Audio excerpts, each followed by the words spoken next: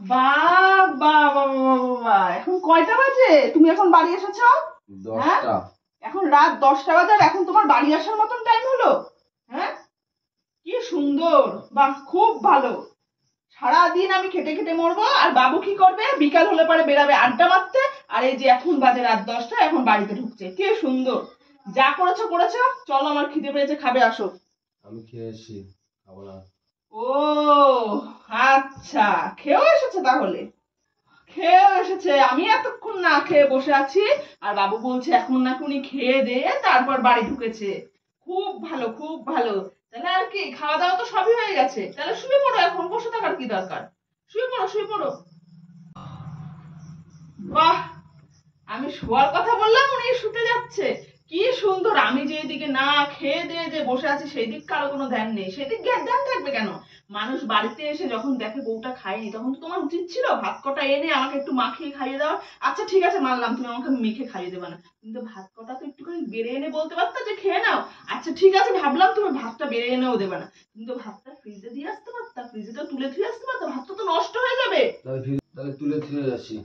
ও বাহ বাহ বাহ বাহ বাহ, কি সুন্দর। আমি বললাম ভাতটা তুলে থুয়ে আসতে, আর উনি ভাতটা তুলে, আমি যে খাইনি সেই দিকে ওনার কোনো মানে ভাবনা চিন্তাই নেই আমাকে নিয়ে।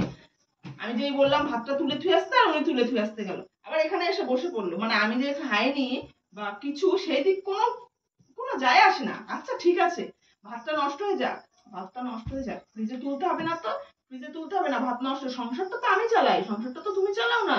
মাস গেলে কটা টাকা হাতে ধরে দাও, সেই টাকা নিয়ে আমাকে পুরো মাসের সংসারটা চালাতে হয়। তোমার তো চিন্তা ভাবনা নেই তো? তোমার তো চিন্তা ভাবনা কিসের জন্য? তোমার কোনো চিন্তা ভাবনা? ও, আমার কথাগুলো শুনে তোমার ঘুম পাচ্ছে, তোমার হাই উঠছে তাই না? ঘুমাও ঘুমাও, তাহলে ঘুমাও, বসে আছো কেন? ঘুমিয়ে পড়ো। আমি বললাম আর উনি ঘুমাতে চলে যাচ্ছে। আমি যে এখানে বসে আছি সেই দিক থাকবো না, আমি তোমার সাথে সংসারও করবো না, থাকবো না, বুঝেছো তো? তুমি থাকবা একা একা। চলে যাব আমি বাপের বাড়িতে, তোমার সাথে আমার আর থাকতে ইচ্ছা করে না, বুঝলা? বন্ধুদেরকে বলবা যে আমার বউ তোদের সাথেই থাকতে বলেছে, বন্ধুদের সাথে থাকবা, আমার সাথে তোমাকে থাকতে হবে না। যাও যাও, বন্ধুদের সাথে এখন যাও, গিয়ে খেয়ে দিয়ে তারপর আসো, যাও।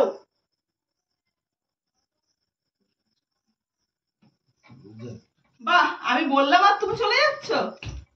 বাহ বাবা বাবা, কি সুন্দর। হুম, কি করবা মানে? বসে বললাম ভালো। আমার কথা তোমার কোনো কানে যাচ্ছে না?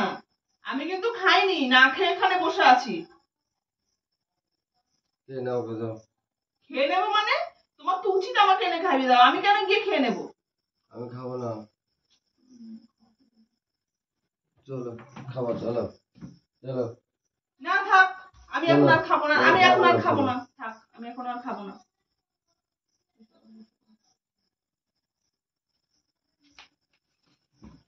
আমি বললাম খাবো না আর এসে বসে পড়লো। জোর করে যে একটুখানি খাবে, সেটা খাওয়াবে না তো। আমি বললাম আমি খাবো না আর উনি এসে বসে পড়লো। তোমার তো উচিত ছিল জোর করে এনে আমাকে খাইয়ে দেওয়া।